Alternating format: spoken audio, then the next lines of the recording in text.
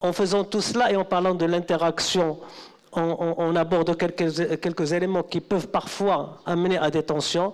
Est-ce que c'est le fait qu'il y ait ces différences au sein de l'entreprise qui crée la tension ou c'est autre chose? C'est Khalid Jbabdi va nous donner son avis sur les raisons qui peuvent créer de la tension au sein de l'entreprise et du paradoxe générationnel.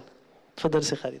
Merci. Je remercie d'abord la GEF de m'avoir offert l'opportunité de m'afficher dans une plénière qui est couronnée par, je dirais, 3 belles femmes. Aussi, je me permets d'avoir la galanterie de rebondir sur ce qui a été dit par mes collègues. Mais avant, je voudrais vous demander si, Khalid, si vous avez un téléphone sur vous. Vous l'avez? Un smartphone? Il est connecté? Il est éteint? D'accord. Donc, depuis la matinée, j'ai essayé en fait d'observer aussi l'auditoire et j'ai tiré 2 remarques. La première, c'est que la majorité d'entre nous, ce sont des seniors. Donc, ce sont des gens qui sont nés relativement avant les années 80. D'accord. Début des années 80. Donc, loin je dirais, de ce paradoxe de répartition de génération Y, X, Y, Y1, Y2, C1, C2, etc. La deuxième remarque, c'est que la majorité, même s'ils sont des seniors, ils sont tout le temps connectés. Donc l'idée qu'on essaie en fait de nous inculquer que les seniors sont déconnectés de la technologie de l'information, à mon avis, il n'est pas fondé. Encore plus que la vraie rupture technologique qui a été connue généralement par les seniors au début des années 60, 70 et même des années 80 en Maroc en particulier. Il a été caractérisé surtout par la non-adhésion d'une catégorie qui n'a pas trouvé d'intérêt.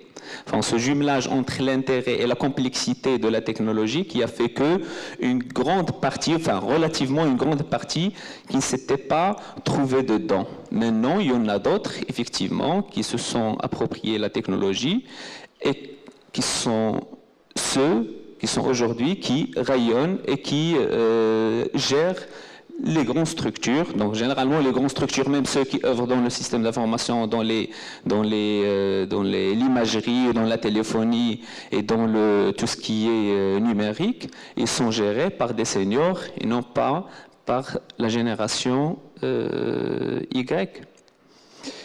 Enfin, revenons aussi à la génération Y, qui est connue et reconnue par sa particularité d'une génération qui est connectée, hyper connectée, online, 7 jours sur 7 et 24 heures sur 24, et qui donne aussi l'impression d'une génération qui est homogène. Je pense que c'est pas vrai. Il est aussi une génération qui est plus ou moins hétérogène. Donc on a l'étudiant comme on a le jeune cadre, on a le chômeur comme on a le petit, je dirais, travailleur, le manutentionnaire, celui qui est instruit et l'autre qui a un niveau d'instruction plus ou moins bas ou qui est pratiquement illettré. Donc ça nous mène à la question suivante. Est-ce que, d'après ce qu'on a avancé, on peut dire que vraiment la question de la connectivité est relative à ce paradoxe générationnel? Moi, je dis que non. Tout simplement, je n'adhère pas à cette idée et je trouve que la vraie problématique elle est ailleurs. La vraie problématique, peut-être, qui nourrit généralement cette idée de fracture générationnelle, qui est d'abord la fracture culturelle. Donc la fracture culturelle, surtout dans un Maroc qui est connu par un taux d'analphabétisme qui atteint les plus que 40%. Donc je dis que la première problématique relative à la fracture numérique, il est lié à ce paradoxe de niveau d'instruction avant la problématique ou le paradoxe de rupture générationnelle. Encore plus important à rajouter qu'un autre type de fracture qui est dedans aussi, qui est la fracture, je dirais, sociale. Donc au Maroc aussi, puisqu'on est dedans, qui est placé récemment en 128e place entre 150, je pense, parmi 170 pays dans le monde. Il faut aussi se poser la question, est-ce qu'on est vraiment devant une problématique générationnelle ou beaucoup plus devant une problématique qui est relative à une fracture sociale entre une population qui est plus ou moins aisée, une population plus ou moins, je dirais, marginalisée. Et peut-être si on va dans cette logique, on va se retrouver devant d'autres types de fractures, telles que la fracture aussi géographique entre Casablanca et, je citerai une autre ville qui est quasiment marginalisée, ou là une autre zone comme Tahennaout ou Haha, etc.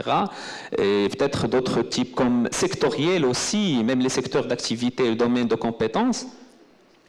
Ils ne sont pas, je dirais, égaux dans ce sens. Il y a des structures qui sont complètement digitalisées et d'autres qui ne favorisent pas ce type de, je dirais, de technologie. Il y a aussi une fracture socio-professionnelle qui est liée au taux d'encadrement ou là au niveau d'encadrement des ressources humaines de l'entreprise. Donc généralement,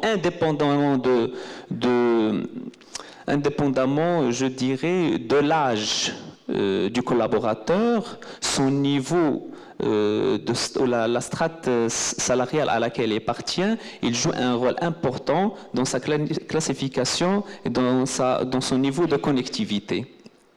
Donc pour résumer, un collaborateur qui fait partie de la génération Y, mais qui fait partie aussi d'une famille marginalisée, qui fait partie, qui travaille dans une entreprise, je dirais, informelle aussi, qui est un simple travailleur, je pense qu'il sera moins connecté, moins dedans dans la technologie et moins dans la connectivité qu'un cadre senior qui se prépare pour la retraite, mais qui est, je dirais, qui travaille dans une entreprise qui favorise la technologie de l'information, la connectivité, je dirais, totale de l'entreprise, et qui est dans une strate salariale plus ou moins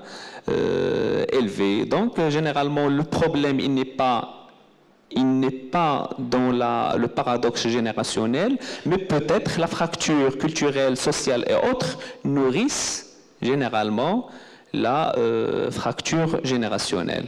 Voilà. Merci, Cheikh Khalid.